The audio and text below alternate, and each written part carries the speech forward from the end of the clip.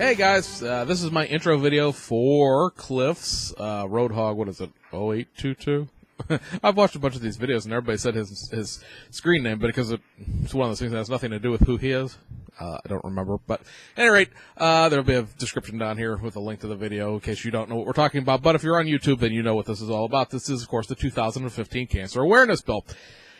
Didn't participate in this last year because I found out about it a little too late into the bill. That was sort of one of those things where, like, I saw people talking about it and I never really researched it until the bill was probably 2/3 of the way over. So I want to get in on this from the ground floor this year. Kind of missed the ground floor. We're 8 days into the month and we're still in plastic bag.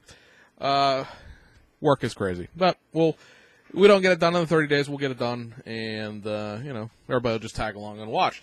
This, guys, is the 65 or 64 and a half to 65, whatever they want to call it, 64 Mustang convertible.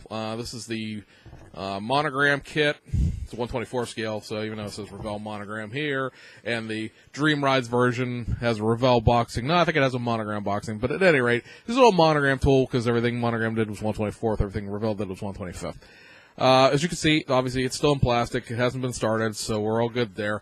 The only thing I've done to this is I looked at the instructions while I was standing in line to buy it, and I moved the tires down here because they were sitting underneath the instruction manual on top of the unwrapped clear glass. And I wouldn't expect tire burn out of a kit that's only like 10 years old, but yeah, I'm just not going to allow that to happen either. Or if it did, the kit's been reissued, and I'd probably get some glass, but then I have to wait on that. Background. All these have to have a story. So this is being done in teal and white. The parts just randomly falling off in this bag. I picked it up and went, tinkle, tinkle, tinkle. On my end, you probably couldn't hear that, but I didn't. It stopped me. Done in teal and white because that is the colors for cervical cancer. My mother, most people probably have seen the video at some point or another, passed back in February of 2014. After what might be called a brief battle with cancer, because she didn't know. My mom, for the people that don't know my mom, which will probably be 98% of the people out here, I don't think anybody actually that I'm friends with now, Bill's models, actually met my mother, but there are people that have the stories of my mom. But people who don't know my mom was a very big hypochondriac. The large joke we always had running in the family was because when the AIDS crisis happened in the 1980s, and I remember this vividly as a kid, she thought she had it based on the symptoms until she found out how it was transmitted, which, is not a knock on my mom. It's just the way my mom was. She had every single thing there was: SARS, bird flu, AIDS. If it happened on the news, she contracted it within days. Of course, she never contracted any of that stuff, and that's where the bitter irony of this sort of falls into place. Before she passed, she had been having a lot of issues with being tired all the time. Just constantly, just didn't want to get out of bed, didn't want to go do anything. Honestly, here's an admission. I was really getting kind of upset about that because she had, over the course of 6 months or so, sort of skipped out on a number of events she was supposed to do with us here in Pennsylvania. Now, my dad still lives in Ohio. My parents lived in Ohio, about 3 hours away. And I just couldn't understand why she couldn't sort of get her shit together, as it were, to get down here and do stuff with her grandkids. And she had some sort of neurological and cardiological event probably about 2 weeks before Christmas. A lot of people thought it was a stroke. A lot of people thought it was a heart attack. And it turned out to be neither one of those things. She sort of had a situation where she was slurring her speech and she couldn't stand up, and they took her to the hospital and ran a battery test and couldn't find anything wrong. She hadn't had a heart attack. She hadn't had a stroke. And she sort of recovered a little bit, and that's when they did a scan and determined that she had stage 4 cancer. My dad, probably protecting me a little more than he should have at my age, didn't bother to tell me it was quite that far along. So it sort of came as a little bit of a shock when a couple months later she passed.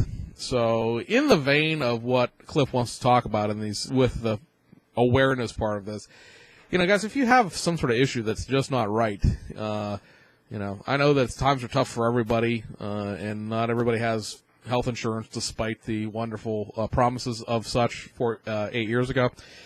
You got to get yourself checked out if something just doesn't seem quite right, especially if you're tired and having a lot of pain for no real discernible reason. Sometimes it's just you're old, and sometimes it's worse than that. My mom never did get to go back home. They took her to a nursing, like a rehab facility for the event that she had, and everything just progressed so quickly they just couldn't even really get a plan of action together to treat the cancer. It was just that fast and that aggressive. And the joke that my mom and I always had because of her hypochondria would be, here lies Pat Duff. I told you I was sick, and she never told us that she was sick because she never knew.